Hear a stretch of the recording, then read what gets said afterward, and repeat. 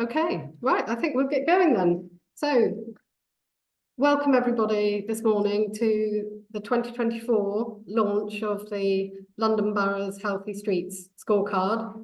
I'm Alice Roberts. I chair the coalition of organisations which publish the scorecard each year. This is the 5th year that we've published the scorecard.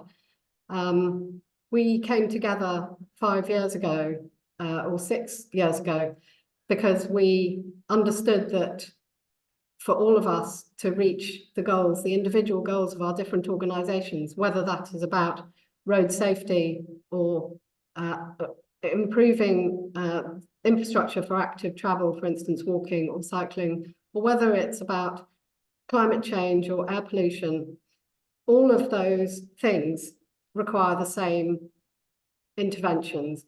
And so we came together to promote those at the time when the Mayor's Transport Strategy was published, because we knew that the boroughs would have to make a big contribution to meeting the targets within the Mayor's Transport Strategy.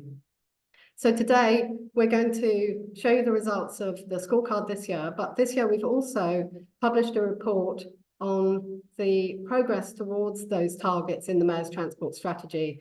And so we've got a short presentation on that too, and we have also published a report on that today. So we can put the links to all of that in the chat, if that's okay. Kylie can do that for us. And yeah, so without further ado, we're going to hear from two of our coalition partners. Ollie from Sustrans will be presenting the scorecard results, and then Jeremy Leach from London Living Streets and Action Vision Zero will be presenting the results of the report into the Mayor's Transport Strategy targets. And then we're going to hear from our winner this year, and also from our best Outer London borough this year, and then from Caroline Russell, who's a member of the London Transport Committee at the London Assembly. So we're going to get moving now. So I'm going to hand over to Ollie to present the results of this year's scorecard. Thanks, Alice, and hi everyone. And as Alice mentioned, I'm going to do an update on the data side of it. So we spend most of the year getting together to collate the data, work out what the best data is, trying to get the best quality we can. And so this is our opportunity to present it all to you. I think Alice has mentioned a lot of this about how we got together, who's involved. There's 8 of us, charities and groups who put this together. And I just wanted to mention in terms of the role of the boroughs, because we know that they have a very important part to play in if we're going to meet some of the targets in that transport strategy. And so the boroughs are very important. And what we've been pleased with, I think, over the last 6 years is to see the engagement from boroughs that we've had in the scorecard has really grown every single year, really, in terms of boroughs providing us with data, you know, asking us, can we get some credit for this? You know, we think we've done well on this one. So that's been really encouraging, I think, over the last 6 years. So the scorecard itself, we break it down into 2 categories, really. We call them input indicators and outcome indicators. The inputs are really all of those measures that boroughs can take to set themselves on the path to creating those healthier, more active streets. So we include things like bus priority, 20 miles an hour, controlled parking zones. You can see the list there, and it's all relative to, for example, the road length of the borough. So it's not an absolute term. It's more like what proportion of buses are on good quality priority routes there. We've got the outcome indicators. So these are the results of all that, all those measures and all that hard work. That's where we'd like to see it. Sustainable mode share, active travel, reduced road danger, and a reduced environmental impact from things like high car ownership, polluting vehicles. So if I just break it down into the 4 areas I might run through, what metrics have we updated this year? A few headlines from boroughs, what are the overall scores, and then I'll try and run through very quickly some of the input indicator results. So firstly, we've updated a couple of the metrics this year. So we have created, one of our volunteers associated with the scorecard has created a new control parking zones map to bring all the various information we had together, which helps us calculate the control parking zone indicator, and we give a weighting to those boroughs that are implementing it in the way we see it's more impactful. So those boroughs that have just one control parking zone for the whole borough, and you can drive wherever you like within the borough, they'll be scoring less, and others higher where it's smaller zones. We've also included the bus priority data in the score for the first time this year. So in the past, we gave each borough a score for the bus priority, but now we've included it to make up the final score because we wanted to get feedback on that and make sure our data was up to date and things on that one first. So those are a couple of the updates. I hope you can see these all of these headlines that we put on. It's quite a long list now, isn't it? It started off as headlines and there were just a few, but then we added to it, so it's quite a long list now. Because we didn't want to exclude too many people, but there are other actions that other people have taken, we should say, that aren't on here because we've got to limit the size of the list here, really. But there's a couple of good bus priority schemes in Barking and Dagenham. This is in alphabetical order, so well done to them on those. Camden with another school streets. You can see Croydon and Ealing have made progress on that, so well done. Hackney's got some new section of cycle track, I think, around the Lee Bridge roundabout, so that will connect up better with what's happening in Waltham Forest. I think Hounslow, that's the largest number of school streets, along with Lambeth, that's gone in this year. Islington has put in some new cycle track around the Finsbury Park, Holloway Road area, Cycleway 50. Kingston has made real progress on rolling out the 20 miles an hour zone, so well done on that one. Lambeth has got an increase in the LTN provision, school streets, and a couple of cycle track as well. Lewisham continues to make good progress on its school streets, and then Cycleway 4 has new sections of that have been introduced in Lewisham and Southwark going out to South East London there. Waltham Forest have also made progress on the 20 miles an hour limit, and also on the LTNs as well. So this is happening. We're seeing action. As Jeremy is going to talk about later, we want it to be faster, bigger, but credit where credit is due here to the boroughs on the list and beyond. So in terms of how that translates into the overall results for the year, we have the usual kind of the leading players. It seems to be a bit of a kind of golden triangle between the City and Islington and Hackney that always do very well on the top of the league there. But Islington take that top spot this year, so I think we'll hear more about that later. Very well done. Waltham Forest is the leading outer London borough there by some way, as we've seen previously. And then we should highlight that there's a few boroughs that don't even get to 2 out of 10 on our kind of score chart. So we really want to see more action in those 5 boroughs at the bottom there. And a few of those will get a few mentions as we go through some of the data. We came up with this, we call it the kind of density adjusted scorecard, if you like, because we recognize that boroughs that have a higher population density quite often have a bit of a head start over the other boroughs. Higher density means it's easy to create, though there's a greater demand for local amenities and shops, and that makes it easier to have a more kind of walkable neighborhood. Higher demand for public transport, so you get better provision there. So you do have a bit of a head start. So we just want to acknowledge that and say that when we adjust for that density, we have a kind of slightly different view on it. But City of London's a bit of an outlier, a bit complex. But Richmond and Waltham Forest, would say well done to them on this indicator. Camden, very good. And then at the bottom here, we've got Kensington and Chelsea, who should do much better, Bexley and Sutton. So this is a good different way of looking at it. If I run through a bit of scores from the input indicators, I don't have the time to go through all the outcome indicators, because we're just trying to give a bit of an overview here. But we think that these are the big actions that boroughs can take to make progress. So we're going to run through those, and we've got these nice graphics for these. So low traffic neighbourhoods, in terms of the total overall score, Hackney continues to be the leaders on that one. And then got Bexley has only got 6% of the appropriate area, which is low traffic neighbourhood. And you can see here, Bexley and Bromley do turn out, they appear on a lot of these diagrams to be the lowest performers. So we really want change there. And also on this is Westminster and Kensington and Chelsea looking like they're scoring quite low as well. Protected cycle tracks. So we've got 3 outer London boroughs who score very well: Enfield, Waltham Forest and Hounslow. There's also the city, and then we struggle. I mean, Kensington and Chelsea, the kind of bogey borough of cycling, isn't it? So we're not surprised to see that score, the low score there. And a few other boroughs in outer London, I think there you can see in the red, the kind of light red, that we'd like to see more progress from them.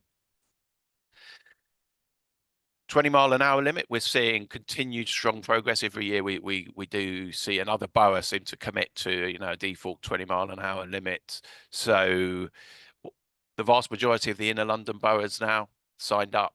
It seems to be going well in southwest London as well, and then Waltham Forest in northeast London. And we're kind of confident it does seem that that's going to continue. I think Newham have committed to it as well, for example. So there's a few boroughs still to convince, and Bromley seems to be there in the dark red again there. Controlled parking zones, small. This is a small blue area. We want to see this. We want to see a lot more of this. There isn't the widespread recognition that we'd like to see that this is an important part of the picture. And the blue there is the ones that have over 90% of the borough as in our weighted score that we have. And then we'd definitely like to see more action from places like Bromley again. School streets, I would say school streets and 20 miles an hour seems to be the 2 metrics that we are making the most progress on every year. We seem to be able to have quite a lot to report about these two. And Lewisham is the top, so really well done for Lewisham on that. It's really good to see. They're not one of the kind of usual suspects that we see making really good progress across the board. So well done to Lewisham on that. Hackney and Islington continue to do well, and we're always surprised that Hammersmith and Fulham can't do more on this. And a few other boroughs that just haven't taken any action on this. And this is something that we know is proven to be popular. It's proven to be something that can be implemented across the whole of London. So we don't feel like there's many excuses for these boroughs, really. Bus priority, as I mentioned, we've added it to the total score this year, so that might have changed a couple of the rankings of a couple of boroughs. And Hackney and the city really do well on this. Islington and Lambeth have got some good progress as well. And then boroughs that, for whatever reason, don't seem to want to recognise that bus priority is really important for increasing the reliability, the passenger uses of buses. So we'd like to see, and the 2 Bs, Bromley and Bexley seem to pop up again there for that. So we want more on that. Okay, and I hope I haven't gone on for too long about that, Alice. Not at all, Ollie. That was amazing. And I should have said that if people have questions, please put them in the chat. So yeah, if you can stop share, and then I can see, have we got Jeremy here right now? Is Jeremy in the room? There we are. I'm here now. Yeah, hooray. So yeah, so really interesting year for us, and a lot of action on school streets. Not a huge amount of action on the other input indicators that we have. And so what we really wanted to look at was, well, what is the overall impact of what's happening? And to go back to the original targets within the Mayor's transport strategy to see where we're going with those. And so that's what Jeremy's going to present now. And as I said, if you've got questions, we're going to try to see if we've got time for a few questions at the end. So please do write any questions in the chat, and we'll field them when we can. So, Jeremy, I'm So, going Alice, to hand could I over just- to you. Could I just share screen, please? So, Robert, would you be able to give Jeremy screen sharing rights? Or I can do that, I think, share screen. Yep, that should be fine now. Thank you. Can you see that in full screen? Is that okay? Lovely. Well, look, Alice, thanks ever so much. I'm just going to quickly run through overall progress towards the Mayor's Transport Strategy targets, the MTS targets, just to give you a sense of how we're doing. So the MTS was adopted in 2018, and it was a really revolutionary document that set out how transport will change over the next sort of 25 years to deliver overall a fairer, greener, healthier, more prosperous city by 2041. And we've had in this little bit of piece of work, we've had a look at 8 key targets that we feel underpin the delivery of the MTS goals, particularly in relation to active travel. So these 8 are sustainable mode share, walking, wheeling, cycling and public transport, active travel, levels of activity in the population, road casualties on the goal towards Vision Zero, which is 0 serious and fatal casualties by 2041, car use, overall level of traffic, car ownership, bus speeds, air quality, and goals towards a net zero city. So overall, we've got sort of 5 or 6 years of data. How are we doing? So just to explain the format of what the next series of slides are going to be. So we're going to, on the right, you're going to see a chart, and on the right hand side of that, there will be an orange line, which is basically from the baseline through to the target 2030 or principally 2041. And then underneath that in the blue, there's how we've been doing, the data that we've got in relation to each of those years. So the first one we're looking at is sustainable mode share, walking, wheeling, cycling, public transport as a percentage of all journeys made in London. The target in the MTS is a bold target that instead of 63% of those journeys being made sustainably in 2015, we'd go up to a target of 80% of journeys made by 2041 by those modes. So overall, good progress, some progress in terms of we're close to the target than other core indicators that we're going to see, but below target. And if we need to bring that forward to a net zero target of 2030, obviously some way behind. The next one we're going to look at is healthy activity level. So this is how much activity Londoners are doing every day. And obviously this healthy is a real key healthy streets metric, because the idea in healthy streets was that we'd be doing a lot more activity and obviously become a healthier population. The target in the MTS is 70% of people would be reporting 20 minutes of walking, wheeling or cycling on the previous day by 2041. And as you can see, and a couple of things have sort of really pushed down that. First of all, there has been an overall sort of gentle decline up to the pandemic. And then the pandemic, although there was talk of lots more people walking and cycling, overall it did depress levels of activity. So in fact, now, 6 years in, we are lower than the target that was the baseline figure that we started with. So huge amount of work to do there. Thirdly, road casualties. So the overall goal you can see from the orange line is that by 2041, there will be zero serious or fatal casualties on London's roads. And quite interestingly, and well done London for this, the Mayor set 2 interim targets. One was 2022, we've just passed that one, and another one coming up in a few years' time in 2030. And as you can see, the target was in 2022, there'd be a 65% reduction in the numbers of people seriously injured and killed against the 2005 2005 to 2009 baseline average. And then in 2030, there'd be a 70% reduction from the 2010 to 2014 levels. So overall, we do need to say there's been significantly greater progress in London than in other parts of the UK. And the mere fact that, you know, the Mayor chose to set a target is better than we've had in the rest of the UK. But overall, as in relation to the 2022 interim target, London only achieved a 38% decrease in serious and fatal casualties from the 2005 to 9 baseline, rather than the 65% decline required. Now we're moving on to the 2030 targets, and the Mayor and TfL are preparing a new Vision Zero action plan, which will set the tone for the next 6 years. Really interesting is, as you can see, the dip that occurred during the pandemic, a significant decline in casualties then. And obviously, there's a really interesting and important issue around whether traffic volume reductions deliver significant casualty falls. And we think that traffic volume reduction is a really important tool that the Mayor has for a whole load of other active travel benefits.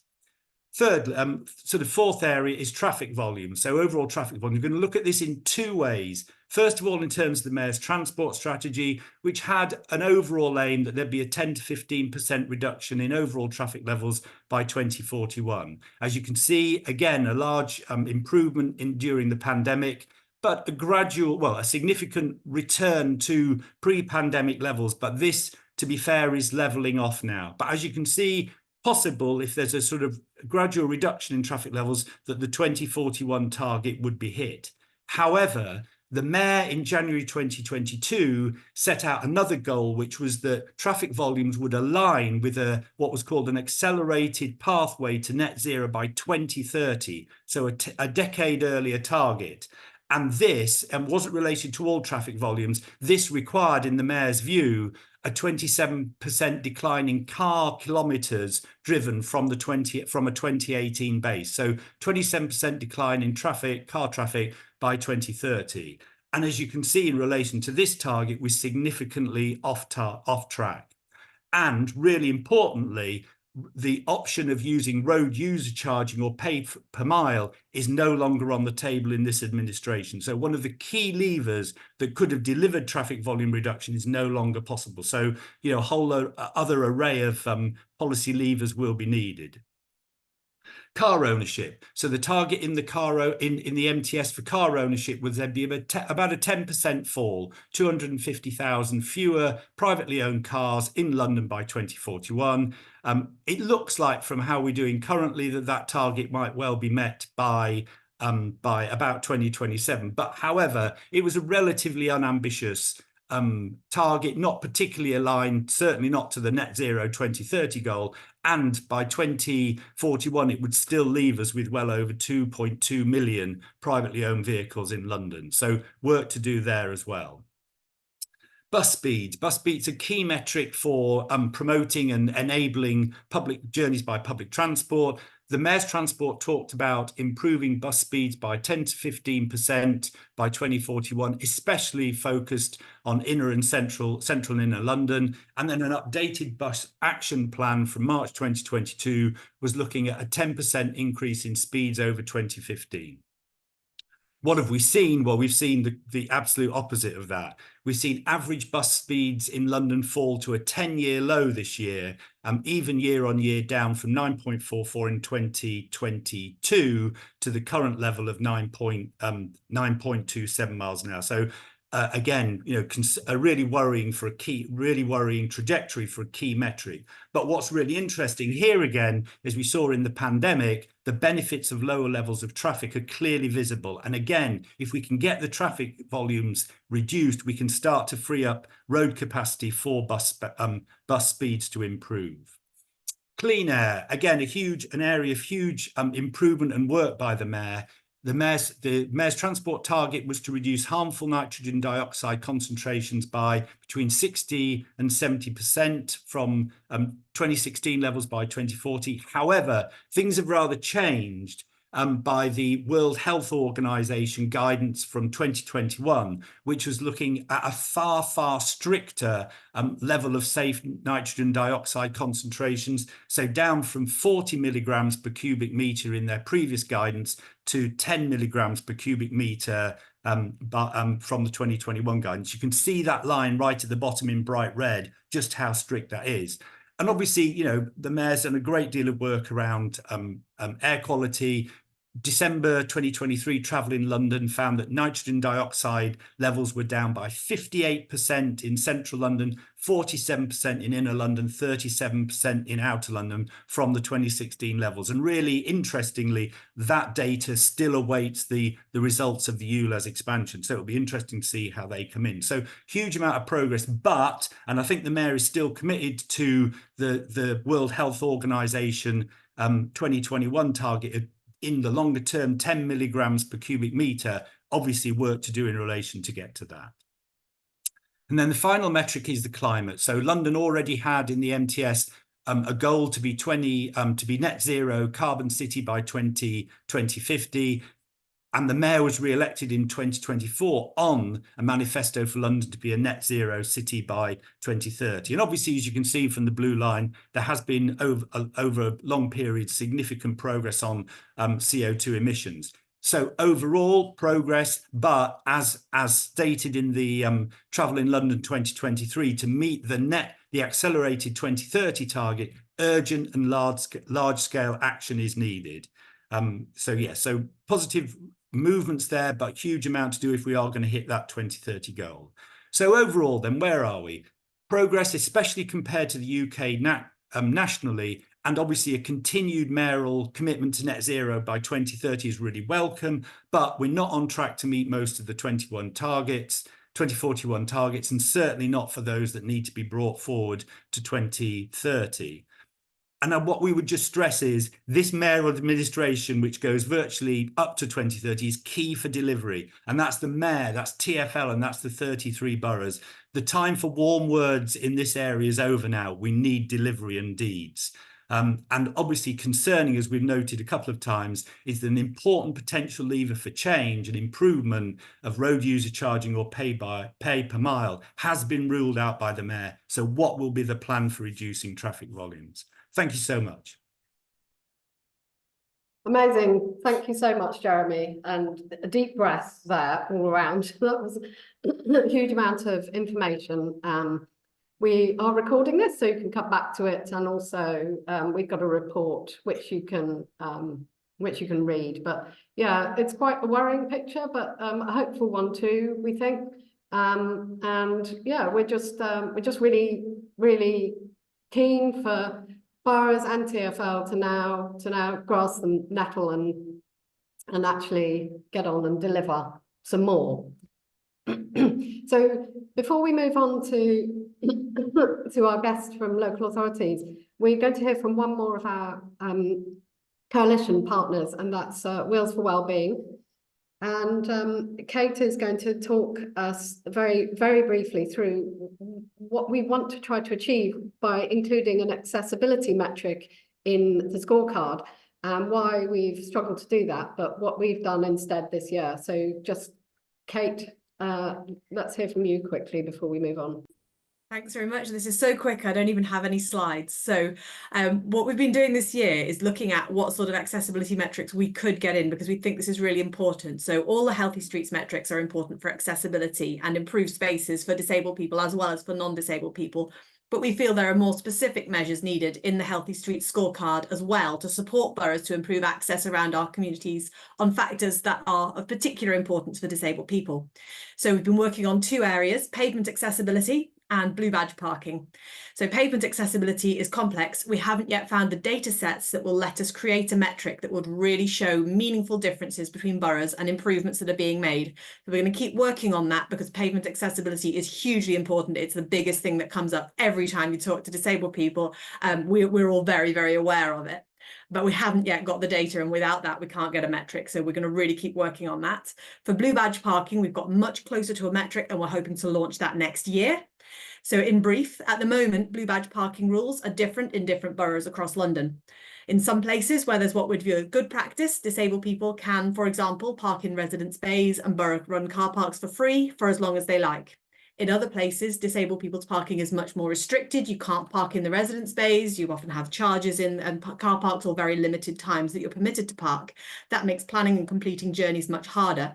And you can't necessarily work out which rules apply to which streets unless you're very aware of exactly which boroughs you're in. That makes planning journeys really stressful and difficult for a lot of disabled people who might well have no option other than to use private vehicles to travel, with public transport and active travel not being sufficiently accessible.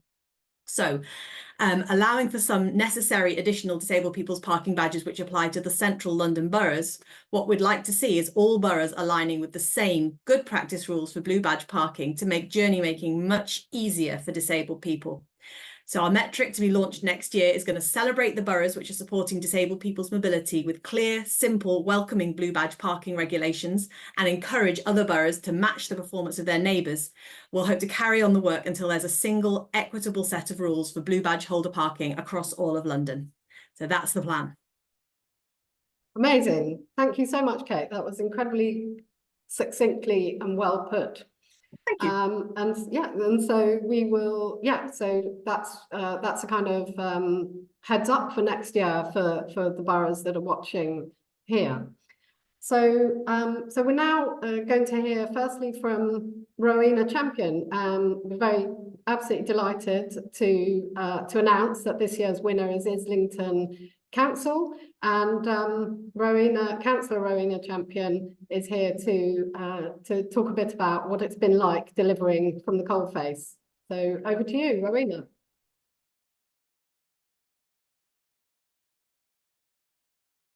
Sorry, you're still on mute.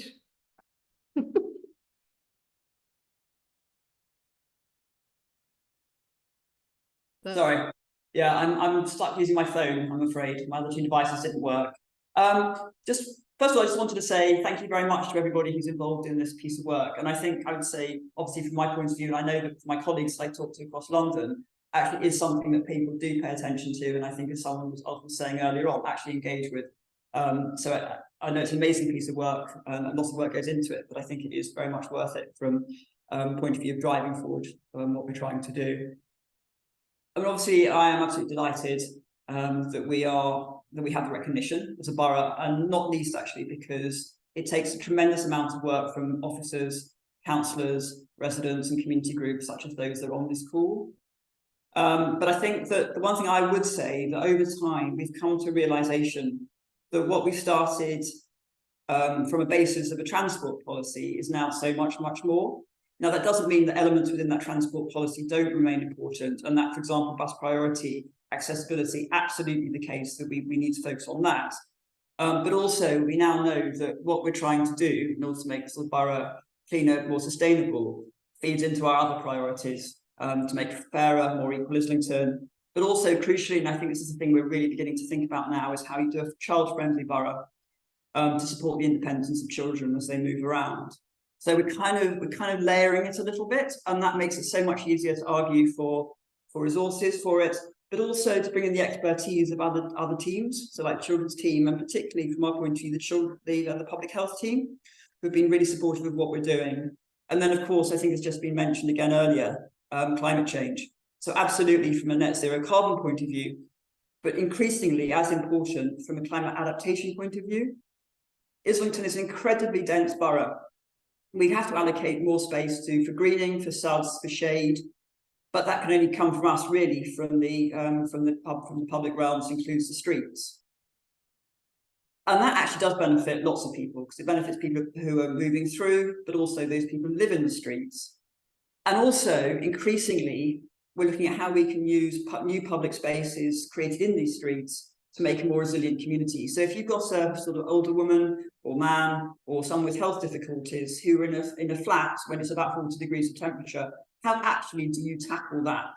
So from a social isolation point of view, from a health point of view, how can we start building resilient, almost street by street communities that allow people to come out very close to their own homes and to perhaps get some relief from what will be extreme temperatures going forward. So I think what we would say is, for us, it's been very much a journey. It's very much how do we look at it from holistically to make sure that we can really feed into the priorities of the council, not just from a transport point of view. As I say, that's very important, but broader. I think the one thing I would also say that we have changed from these the COVID pandemic ones is the consultation and engagement, and that has slowed things down. But actually, I think in the end will provide us with stronger schemes to go forward, and actually schemes that will change the public realm. So instead of just doing traffic filtering, now we're looking at actually how do you do public realm schemes that really turn the areas into livable neighbourhoods, allow people to walk to the shops when it's 40 degrees of temperature, and to get out. So I think that's just a prelude to me saying there's an awful lot going on in Islington, and I think over the next few years there's some exciting projects coming through. So watch this space.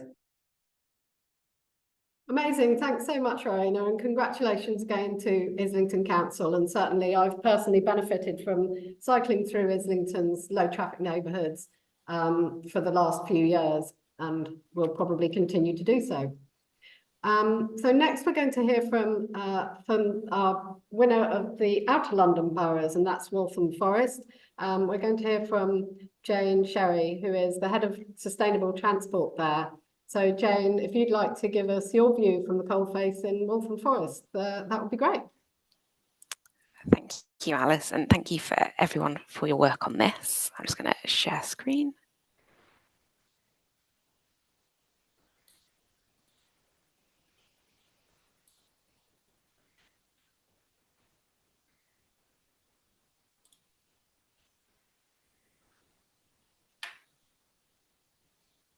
That's good. We can see that. Great.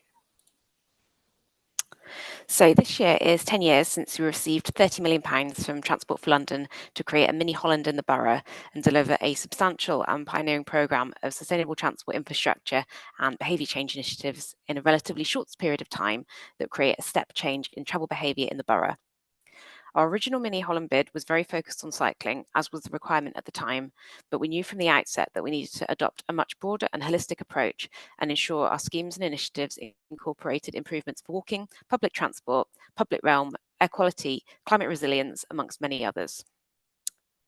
The original programme was predominantly delivered between 2014 and 2019. However, since then, we've continued to expand our approach across parts of the borough that weren't initially included, despite the financial challenges over the past few years with the COVID-19 pandemic. We continue to embed many of the same aims and principles that underpin the original programme, but have definitely learned and evolved as well. Some of our key infrastructure successes include the construction of over 56 kilometres of protected and semi-protected cycle routes, 17 low traffic neighbourhoods in residential areas to remove through traffic and create safer and quieter streets, and introducing over 6,000 secure cycle parking spaces through our network of residential bike hangars and station cycle hubs.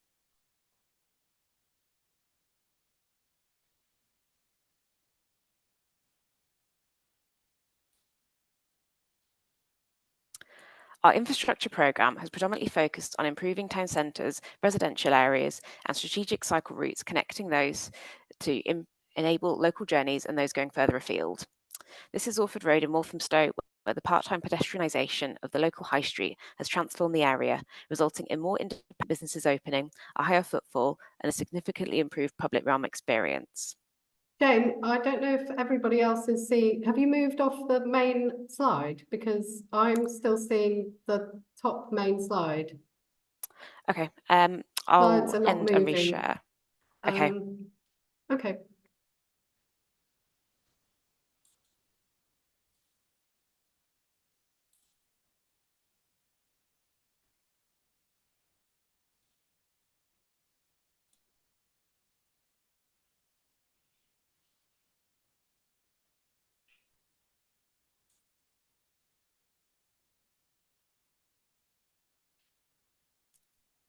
Ah, there we are. So we're now seeing the slideshow, except we're not seeing the slides. Okay. So we're now seeing the slide transforming streets. Great.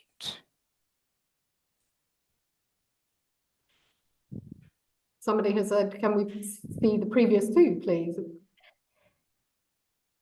Sure. Hang on.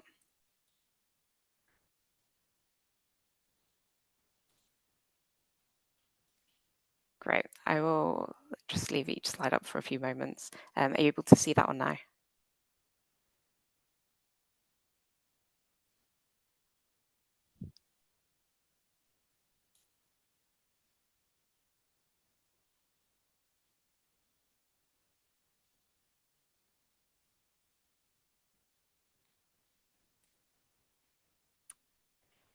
Right. So hopefully you're able to see a slide of Forest Road, which has seen a transformation from a very car-dominated environment with very little space allocated for walking and essentially none for cycling, to the introduction of 5 kilometres of protected cycle tracks that have supported the regeneration and improved biodiversity of the local area.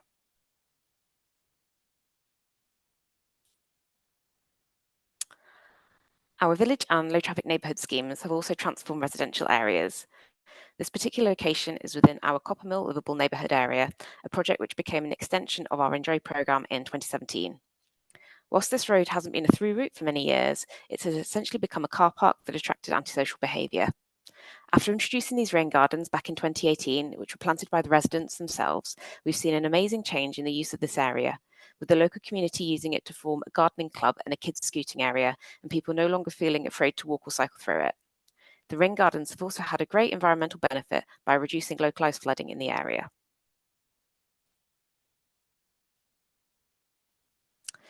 To ensure these infrastructure schemes lead to modal shift in practice, we've introduced a wide range of behaviour change initiatives to encourage and enable residents to travel more actively.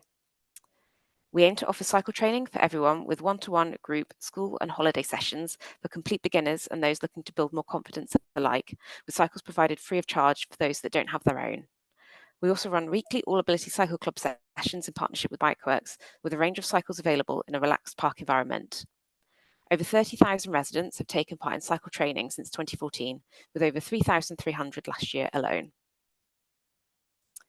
Our fleet of cycles isn't just for cycle training though. We provide short and long-term loans of standard two-wheeled and cargo cycles free of charge, so residents can trial incorporating cycling into their day-to-day lives, be it if it's completely new to them or they're looking to swap their car for an e-cargo cycle on the school run. The more cycles we add to the fleet, the more in demand they are, and our cargo cycles are already booked up now until the autumn. As the number of people cycling in the borough has increased, so has the demand for secure cycle parking on residential streets, particularly in the south of the borough, where a high proportion of residents live in flats. Despite having 818 bike hangers on street, providing nearly 5,000 spaces, we still have over 4,000 residents on our waiting list, which shows just how much needed they are. We appreciate that people cycle and walk for different purposes, and we've looked at ways to increase active travel for leisure by creating Waltham Forest Wonders, a collection of 9 self-guided walks and cycles around the borough focusing on culture, art, history and sport. These have been incredibly well received, and we'll shortly be launching a further 3 routes for people to take part in during the summer holidays. One of the key elements of our behaviour change programme is our work with schools. We support our schools in the borough to gain TfL Travel for Life travel plan accreditations through delivering a programme of events and initiatives throughout the year to address road safety, parking and idling concerns, along with encouraging and enabling the use of sustainable travel modes. School streets are a key element of this programme, along with our annual mini and teen Tour de Waltham Forest cycling events, in which pupils learn cycling and maintenance skills whilst taking part in some fun and competitive activities. We know that many residents and businesses retain private vehicles for the occasional trip or to carry out deliveries that could be made in other ways. When some of our infrastructure schemes were being introduced, we received feedback from many businesses about the perceived impacts they were having on their parking and their journey times around the borough. We decided to address this by applying to the Mayor's Air Quality Fund in 2016 for a grant to set up our own zero emissions delivery service in the borough. In 2017, Z Waltham Forest was born, which is a partnership between Zedify and the council, and uses e-cargo bikes to make deliveries for council services, local and national businesses. Local businesses are offered free delivery credits to trial the service, and to date they've made deliveries for over 90 businesses, ranging from local artisan coffee and cakes and the council's library service to national retailers such as Zara. We've also been focusing on increasing the number of car club vehicles across the borough to provide short-term access to vehicles as and when residents and businesses need them. We now have over 70 vehicles in the borough provided by 3 operators, and these include electric options and vans too.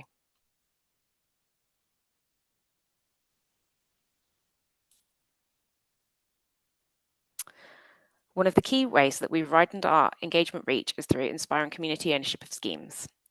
Through our Community Walking and Cycling Fund's Small Grants programme, which was introduced in 2019, we've supported over 50 local community leaders to run their own active travel projects, which this year include a cycling group for over 60s, social cycle rides for residents recovering from heart conditions, and a walking group for new parents. We also encourage community ownership through our widespread planting and parklet schemes, whereby local residents co-design green spaces, plant them, and subsequently maintain them with our support. Following the King's coronation celebrations last year, we've seen a great uptake in the number of street parties being held in the borough, with road closures being requested on a regular basis for play, tea parties, and even pantomimes. This has led to us reaching and engaging more residents than we would usually be able to, enabling them to see the wide range of benefits that active travel schemes can bring.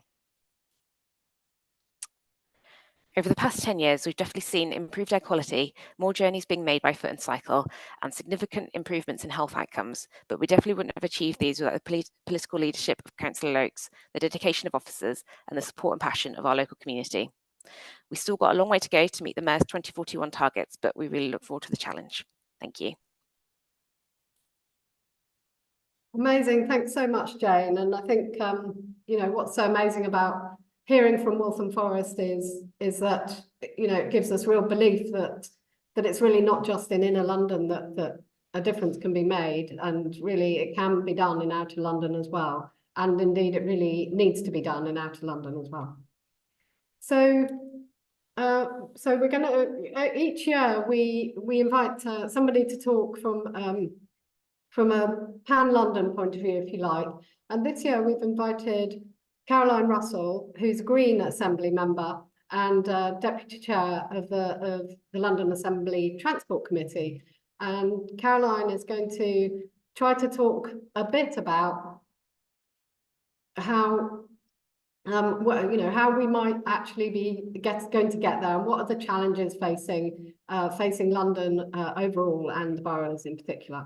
So over to you, Caroline. Thank you, and good morning, everyone. Yes, I'm Caroline Russell. I'm a Green Party London Assembly member. So my job is to scrutinise the Mayor and his progress against his targets. And in particular, obviously, I'm very concerned about the Mayor's transport strategy targets, which the this kind of Healthy Street Scorecard is doing such great work on scrutinising it as it devolves out to the boroughs. And I think, first of all, I just want to say how inspiring it is to see the creativity and kind of passion and teamwork that goes into gathering this data, actually finding ways to make visible the progress across many different boroughs in a way that feels fair and transparent. And it, you know, just hearing was it Ollie from Sustrans and Jeremy also earlier, just talking about gathering that data. It's a huge piece of work, and I think, you know, every Londoner who cares about meeting the 2030 and the 2041 targets should be incredibly grateful to all of you for doing that. So as an Assembly member, I'm involved in, you know, what the Mayor and Transport for London are doing, but what's happening in the boroughs is absolutely critical for meeting these targets. One of the things that I was also particularly glad to hear you talking about was accessibility, and Kate from Wheels for Wellbeing talking about the work you're doing to try and develop metrics that can help you to assess accessibility. And I think it's really important that we also think about co-design with disabled people's organisations when it comes to our streets. And I think that's somewhere where all of us and in every borough can do better. And it would be great to kind of keep working on that accessibility piece, because that also helps children, it helps older people, it helps everyone if our streets are properly accessible. In terms of the Mayor, kind of, I think what's really important is that the boroughs are developing pipelines of projects so that as more funding becomes available, and we have a very different political landscape as of the 4th of July, we, you know, the sort of all the culture wars stuff of the war on the motorist, you know, that is hopefully no more. And we have the potential for investment and policy being based entirely on evidence and actually how we deliver over time against these targets that we have. You know, the sort of the Vision Zero targets. absolutely critical that we do better, because it's not just missing a target, it's people being killed and very seriously injured on our roads. And the necessity to actually make sure, for instance, that 20 miles an hour is a default across the whole of London in every single borough. You know, we all need to be raising our voices to make sure that that happens. And that is, it's something that, you know, that every borough can do. We can see that the world doesn't fall in the boroughs where there are 20 mph limits, and that kind of change can be made. So I think we need to take note of the change in the political discourse, and really all of us use every single lever that we have to be pressing and shouting and making the case for the action that's required, so that the 2030 targets and the 2040 targets and the 2050 targets are all met. And that is going to require huge amounts of work, but the work of the Healthy Streets Scorecard is an incredible tool for elected members and for campaigners to really push the agenda and to try and actually make sure that London does as well as it possibly can do in terms of making sure that our streets are healthy, that they are places where people, whether you're a child, whether you're an older person, whether you're disabled, you feel safe crossing the road, popping out to pick up a pint of milk, get to school, get to the doctor. It's got to be easy for people to get around under their own steam or by public transport. And this work of the Healthy Street Scorecard, I think, is the most, it's an absolute gift to London and to our city. And I hope that everyone who looks at the scorecard will see it as the tool that it is to help us to do better across the whole of our city. I think that's it. I think I've used my 5 minutes. Thank you so much, Caroline, and thank you for using the time to say so much about the scorecard as well, which obviously is quite a lot of work, but we obviously feel that it's incredibly important and it is really valuable. So yeah, we really appreciate that, and thanks so much to Rowena, Jane, and Caroline as well for all talking us through their own from their own point of view, and also kind words about the scorecard from them too. So we've got 5 minutes left, and we can do a couple of minutes more if we can, but I've asked Kylie to check through any questions in the chat. And Kylie, have you got any questions out there for the panel? If the panel could put their videos back on for the moment, and then we can. Where's Kylie? Yeah, I'm here. Great. And there's been some really great questions, and also people responding to them as well. But first of all, one question from Joe. Her question was, have the 2 election periods this year affected progress? What is the view on that from the scorecard? Shall I go to... Is Rowena still with us? I can't remember. Or perhaps we can go to Caroline then. Go on. I think the 2 pre-election periods, one straight after another, have affected what can be talked about publicly, and it's affected the ability to do public consultation, but it has not affected work behind the scenes. So for instance, last week I had an update from Transport for London on their toilet provision feasibility study. They've just kept working. They've done loads and loads of work. They just haven't been able to tell anyone about it.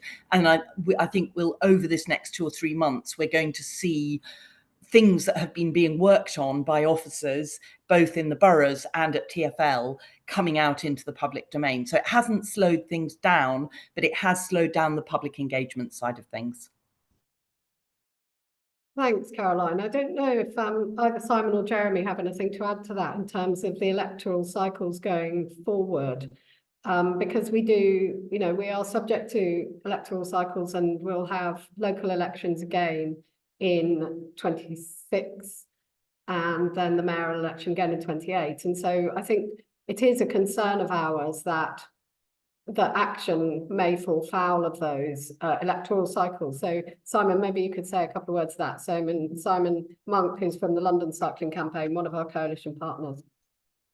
Morning. Yeah, I mean, I think the simple answer is, we had several kind of comments on the chat, but and I went back and said essentially it is noticeable that there is a gulf between the boroughs that are doing lots and the boroughs that are not. And the boroughs that are doing lots and are learning to do lots have clearly found ways round these issues, and not just these issues, but funding. We've had over the last couple of years very sporadic and horrible funding deals, and I'm very much fingers crossed that that's kind of on the mend now, but we wait and see. But we've also had electoral cycles interrupting kind of the flow of work. There's a word that I think Will Norman used a while ago, which is pipeline. So he was talking about TfL wanting to create a pipeline of schemes. So if one scheme kind of suddenly had an issue with it or something went wrong, there would be another 3 schemes coming up behind it very quickly. And I just think that's clearly an approach that the boroughs should be taking, and some of them are taking. So you can see some boroughs just getting on with stuff quietly in the background during the mayoral election and quietly in the background during the general election, and other boroughs seem to kind of, it's become, I hate to use the word excuse, but someone in the chat did, slightly an excuse for like, oh, we can't do anything for 6 months. We're only 2 years away from another election, the borough elections, which is obviously going to at that point mean a lot of shutdown of work. So get your schemes in now, get them done over the next year or so, and then let them bed in. But while they're bedding in and while there is a period of quietness, build another, get the designs up for another 10 schemes, work out what your forward planning is, do a load of other stuff. It doesn't mean work has to stop. Thanks so much, Simon. Kylie, do we have another question, maybe one more before we close? Well, yeah, there's a few questions about the metrics we use, and one from Councillor Long, just asking about the scorecard is on roads and not pavements, and a new measure on decluttering, perhaps, with the rollout of dockless hire bike schemes, and that walking is obviously affected by that. And then in relation to that, another one about metrics for street trees and just other kind of things. What are we looking at? And we have covered that off with an accessibility metric, but just kind of anything else coming up, or why don't we cover those kind of things, would be the overall question. Thanks, Kylie. I think that probably goes to me. We do get asked about metrics, new metrics for the scorecard quite often, and we always say that, well, first of all, we try to keep the metrics to a distinct number because that focuses minds, to keep it simple. But secondly, to have a metric, that we need the data, and that's the really difficult bit. So we've had to create the data sets for most of our input indicators. That is not to say that it's not important, and indeed pavement comfort, if we might call it that, is really one that we really would love to do. It's just extremely hard for us at the moment to come up with an indicator, a metric. So it's really about how do we measure it? Is it possible to go out there and obtain that data either ourselves or to ask boroughs for it? And so I suppose that therein lies the problem. So it's definitely one that we're interested in, though. So watch this space. In the meantime, of course, that doesn't mean that action can't be taken on pavement comfort, and we very much hope that boroughs will be taking action in that space. So I think that's we're right on 11 o'clock. So I'm going to wind up now, and just to say thanks, incredibly huge amount of thanks to all of the coalition, and to all the volunteers who work with the coalition partners, and to all of those who've helped put the scorecard together, to Kylie, who manages the scorecard in the background, and to all the councillors, most of all, and all the officers out there who have delivered schemes this year and indeed who are delivering every year. So we're really, really grateful to those councils that are out there delivering, and we really, really want to see more, and we want to support those other councils to deliver too. So we'll look forward to seeing everybody again next year, and we would just say, please do, if you're not working in a council or not a councillor in a council, then please do everything you can to persuade your council to take action as well. And so, yeah, that's it from us. Many thanks for joining us. It's been a great event this year, and a huge thanks to our speakers for joining us today. Yeah, and that's it. Bye from us for this year.